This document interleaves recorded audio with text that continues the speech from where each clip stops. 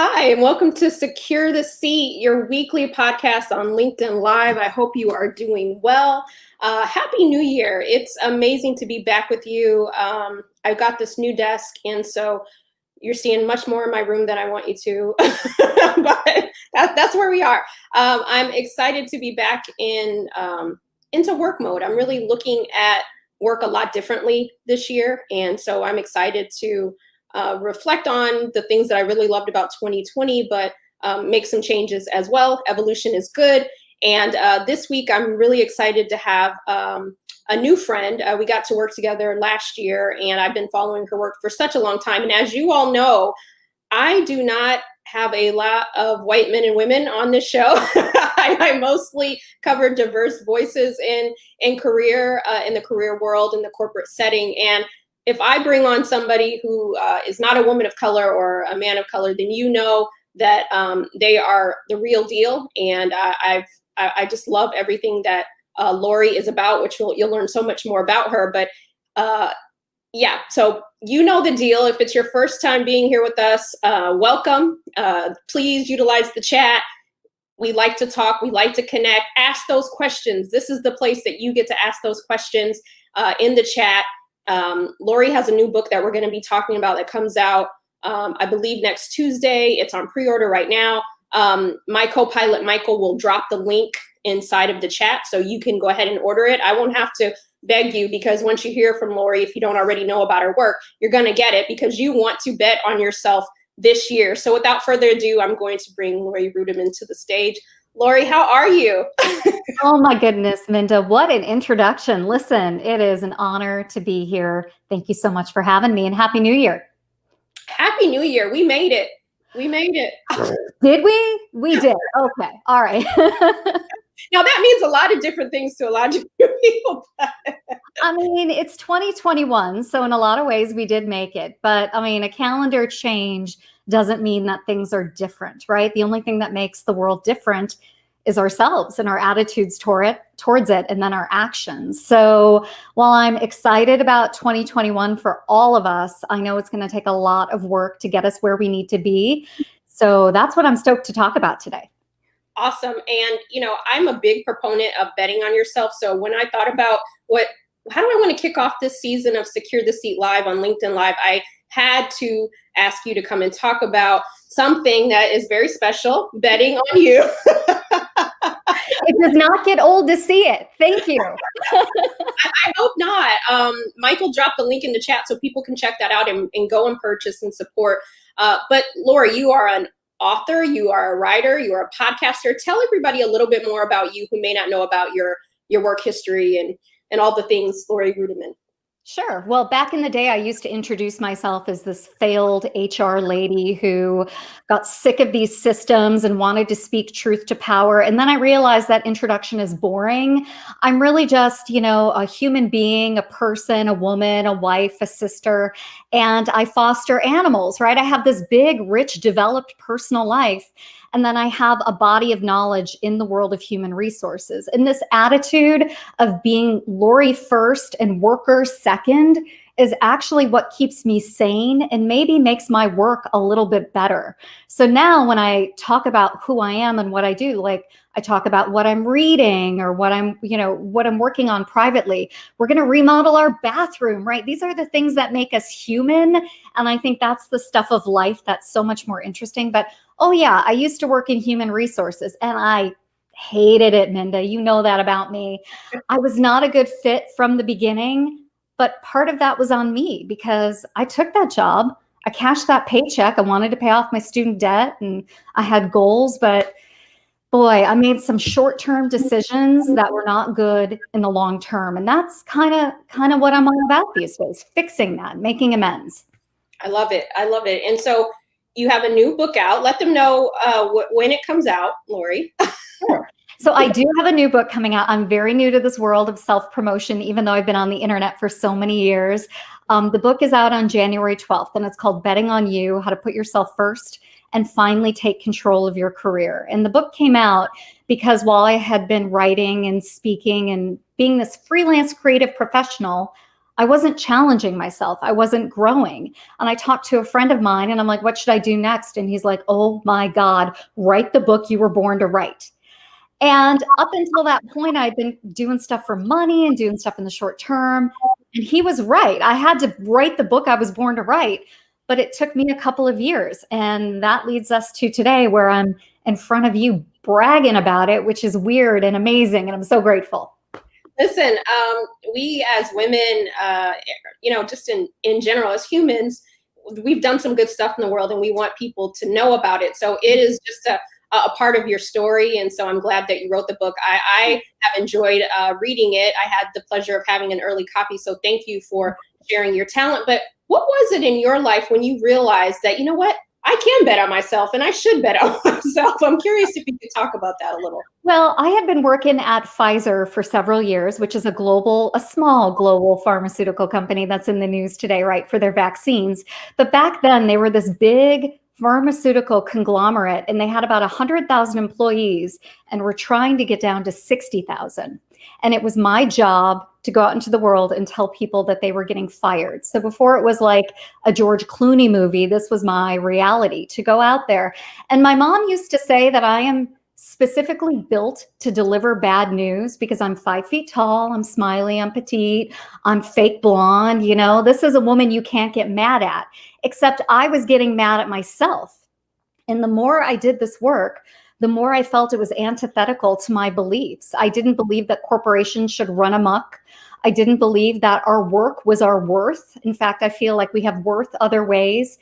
And yet I was cashing this paycheck. So one night at an airport, I had a breakdown.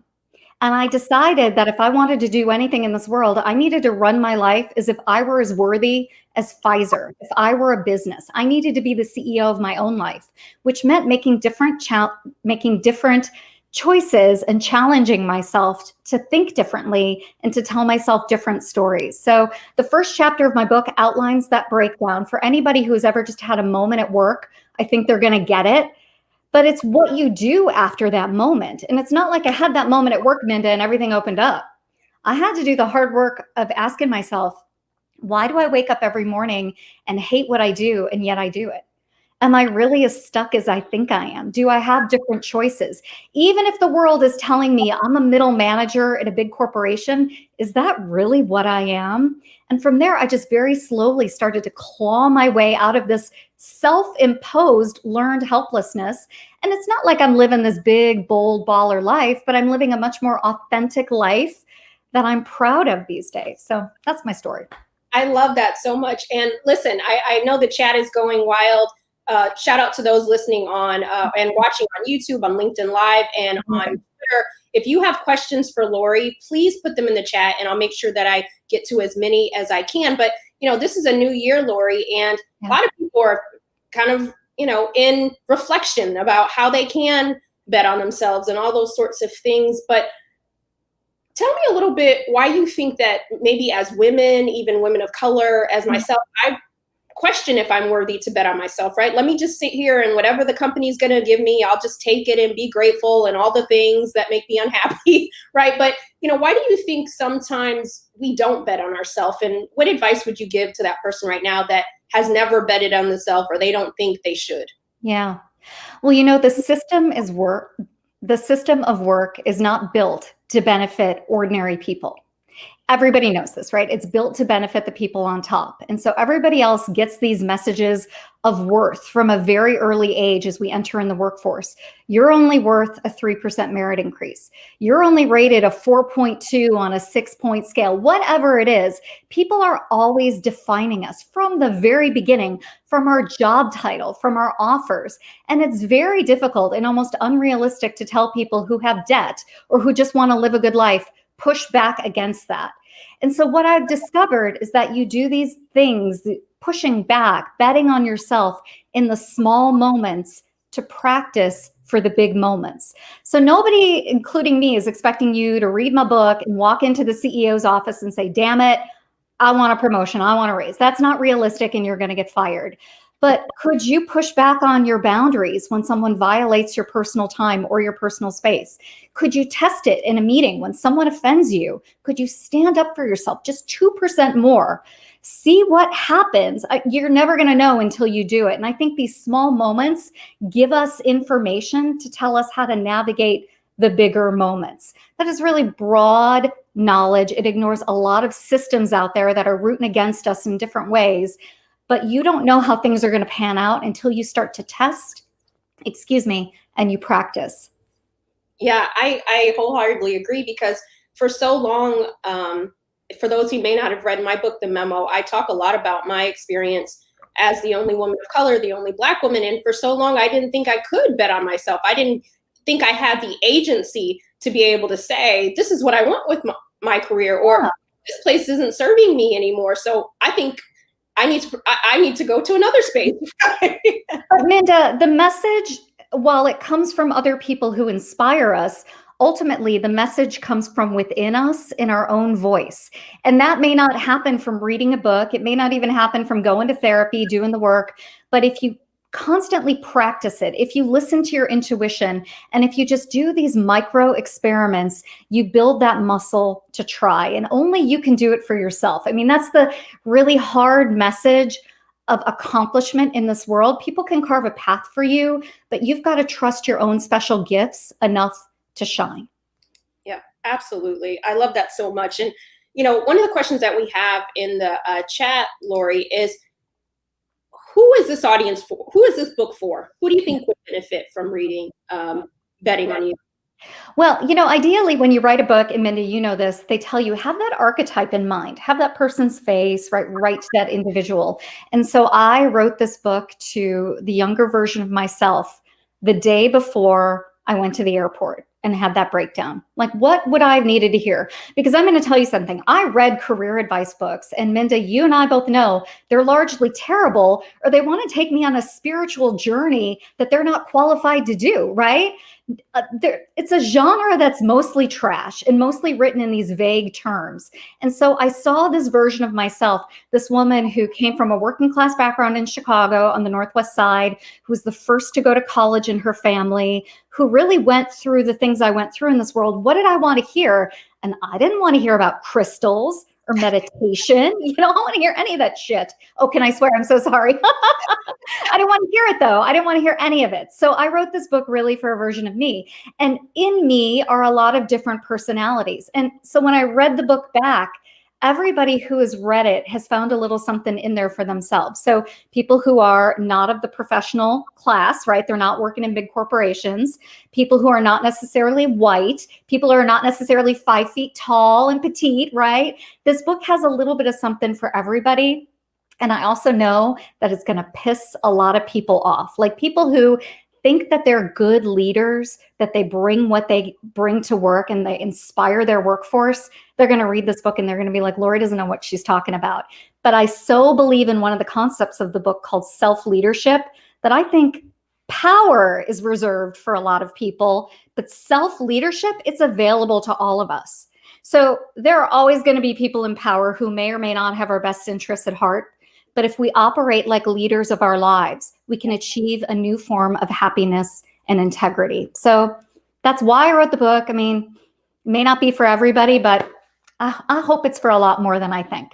I guarantee it. Listen, I read the book, and I read a lot, as you said, a lot of career books, a lot of different things. And I typically don't see myself in a lot of books, but I see different things that I can take, and try to make it my own. But I will say, I resonated with your book because anytime I've had to bet on myself, anytime I leaned into my courage to do that, I have never regretted doing it, right? And sometimes we just don't know what that looks like. And sometimes we need like the roadmap, or we want to see, how did they do it, right? And, I didn't know this, Laurie. I like you even more. I liked you already before, but I also am 5 feet. Petite women get it done, let me tell you. It's a prototype. I didn't realize. We have big personalities, Minda. That's what this is. I don't know about you, but do people ever say when they meet you in person, they're like, I expected you to be so much taller? All the time. And I'm like, okay, whatever, good things come in small packages. That's what I believe. Minda, it's funny that you talked about how when you leaned into your life, you never regretted it. I wonder if that doesn't mean that it's not been incredibly terrible and difficult at times, because I've got examples in the book of me leaning into things and I either screw it up or it's messy and it's awkward, but ultimately it pays off. But boy, it takes a lot of courage, and sometimes the path isn't always clear. I don't know. What do you think about that? Yeah, you know what? Someone just asked the question in the chat, so I'll put it back on you. Is um, what happens when you bet on yourself and it doesn't work out? Do you talk about? They want to know. Do you talk about it in the book? Which I know you do, but maybe you can articulate. For sure. I mean, by the way, I had a dream when I was younger of being like a weather woman on TV, right? I had all these career fantasies, and here I am, working in human resources. So things don't always work out the way you want them to work out. But I don't know. I've gone away in my life from focusing on the destination to really focusing on values and characteristics. And if I am operating in a way that's aligned with what I believe in, if I'm a good person making decisions where I'm trying to do what's right in the world and in an informed way, that's more important to me than, am I going to sell, 15,000 books, or am I going to, make a certain goal in my career? I've got to put that all to the wayside. And one of the really important things that I didn't do when I worked at Pfizer, I would write these corporate goals, but I never wrote Laurie goals. And it's so important to me to be of service. Like, this about me, Minda. The work that I do is not, I mean, it's for others. Like, one of the most important things in my life is volunteering with rescued animals, right? And so constantly fostering and raising money and trying to draw awareness, because how we treat the least among us is so important to me. So there's just these things in my life that I'm focused on. And when I do that, the career stuff just figures itself out. It just figures itself out. So that's maybe something that happens when you get a little bit older, which is something I'm doing right now. But I cannot predetermine the destination, is what I'm trying to say. Yes, and to your point, the times that I bet on myself, and I'm still doing that, right? It doesn't just stop when you hit a certain age or hit a certain level in your career. You're Wow. always betting on yourself, and there is that bit of anxiety or wondering, what's going to happen next. So I'm just glad that you have a roadmap, and you've shared stories Yeah. so generously of how you've done it, and things for us to consider. The other thing that I wanted to remind folks is it's 2021. I hope you will consider betting on you. And Mike, can you drop the link back in the chat so people can pre-order that? Because I want to make sure that you have that in your career toolkit. We need those tools in all sorts of things. Laurie, listen, I ask every guest these certain questions.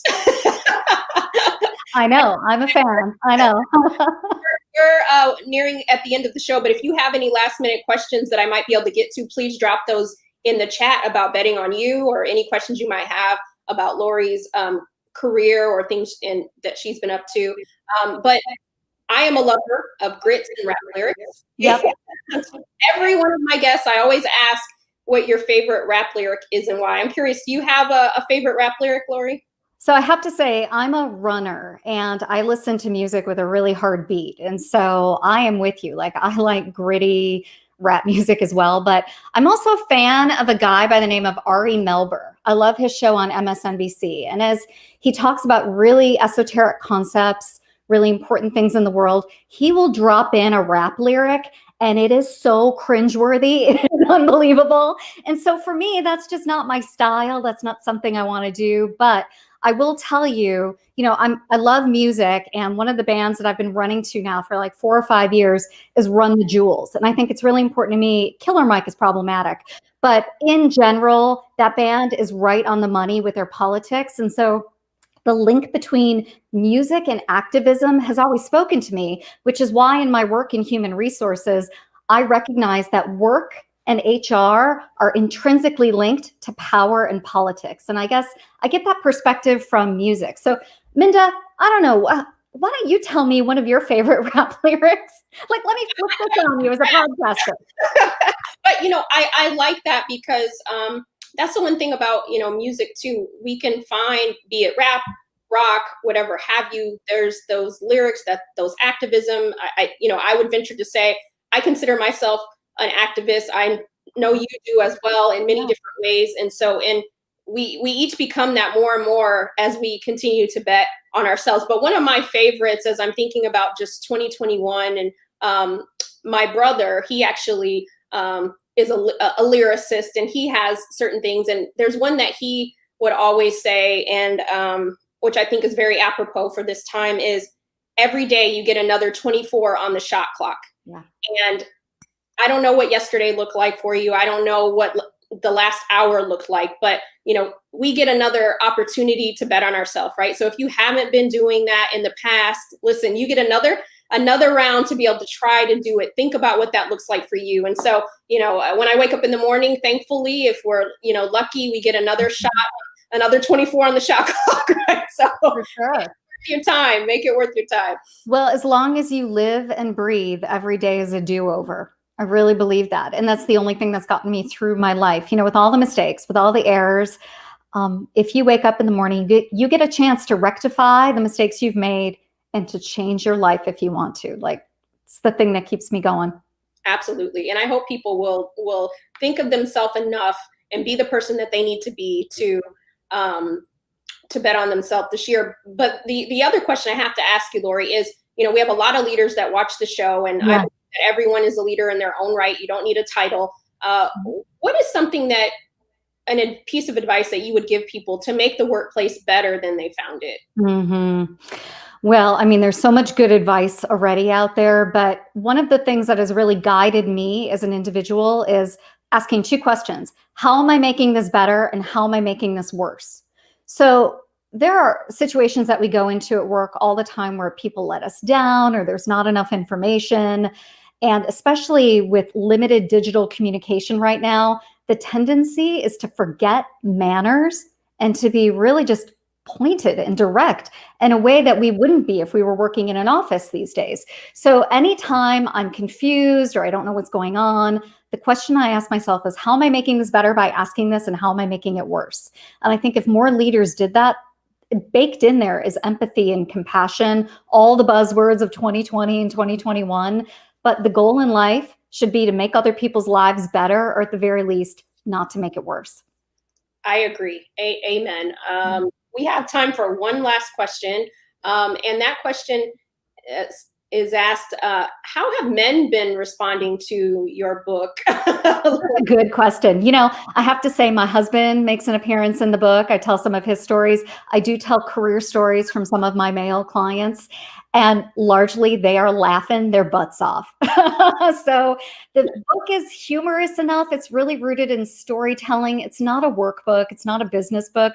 It's just good old fashioned human storytelling with diverse people in the book. So it's not just all my brother and my cousins, real people, real workers. And I'm really proud and happy of the response. But if you get through this book and you read that story of my husband, I think you're going to like it. So I'll just put that out there for everybody. I agree. I like. We have time for one more question, Laurie. Can you talk about your support system in going through the transition of saying your truth in corporate America? Yeah.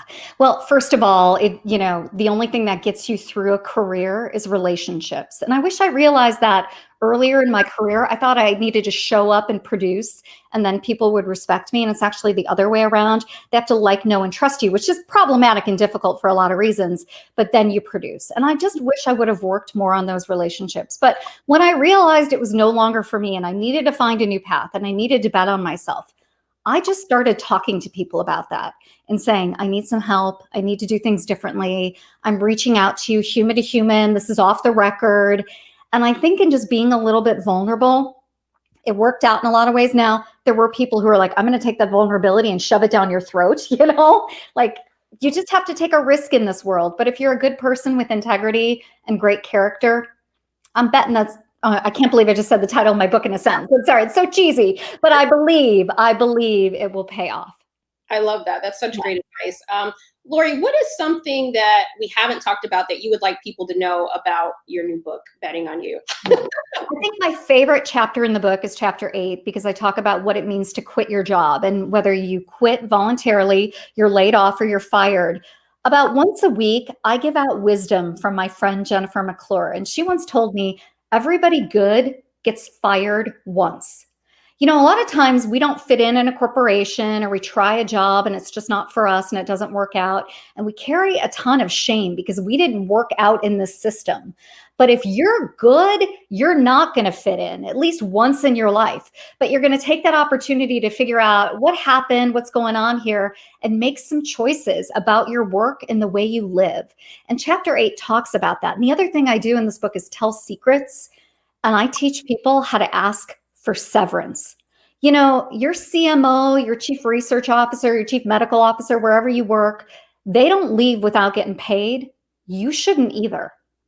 If you're going to leave or you're getting fired anyway, there's no harm in asking, but you need to know how. And I teach that in chapter 8. I am so thrilled to share this advice at scale, because this is something I used to just teach clients. And now I want to teach everybody. Nobody should leave a job without some money in their pocket. Amen. When I came to that part in the book, Laurie, darn it, why didn't I have this information before? I could have had a few, a little less heartache as I walked out the door. Absolutely. And even if it's of your own volition, they don't have to know that. Even if you have another job lined up, there is a way to play it. Now, it requires bravery and it requires, taking a risk and betting on yourself.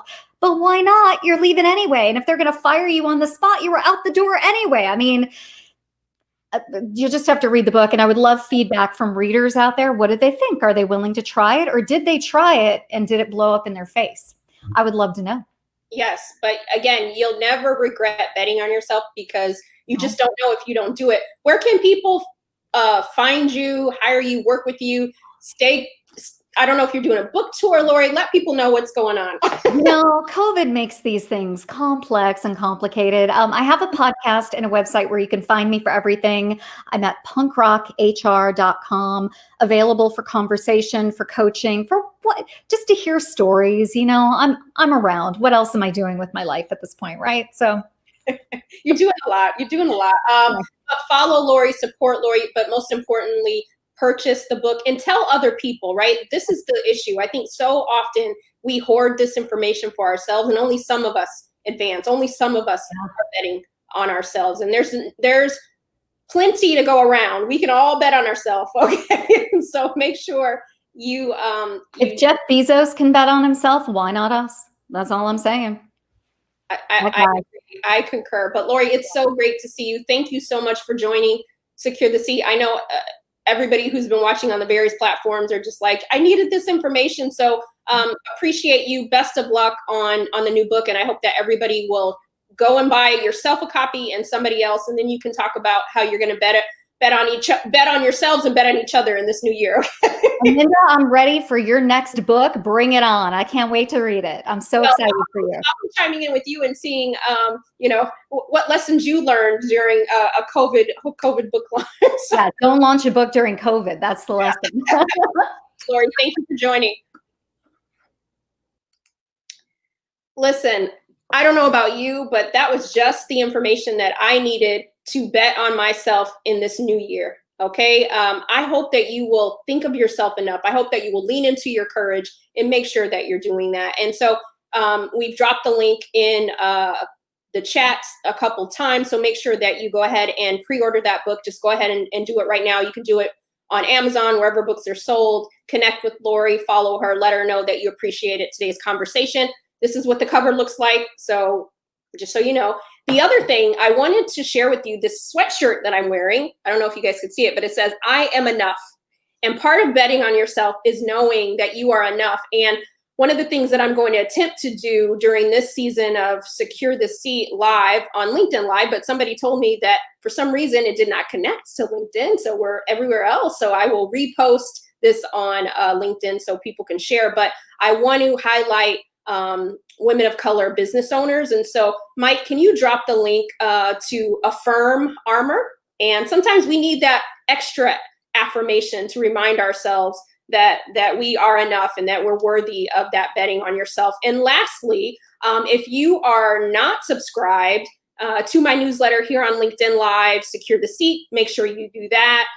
There's also a link there in the chat to stay connected. And I just want to say I appreciate you for joining me on these Mondays to talk about so many important things. Next week, we have a really important guest that I'm really excited about. Stay tuned for that. And let's keep securing our seats. So I will see you this time next Monday at noon. And I hope that you will consider, even if you're a little scared, even if you're shaky doing it, that you will bet on yourself. I bet on myself and left my former job. I bet on myself by starting the memo. I bet on myself by writing the memo, which later became a best-selling book. Had I not betted on myself, I'm not saying that it always leads to those paths, but so many more people benefited than just me. So think about how when you bet on yourself, how that will affect somebody else's life too. So again, I wish you well. Happy New Year. Let's dig in and keep securing our seat. Have a great rest of your week, and I hope you will share this episode with someone who could use it. Take care.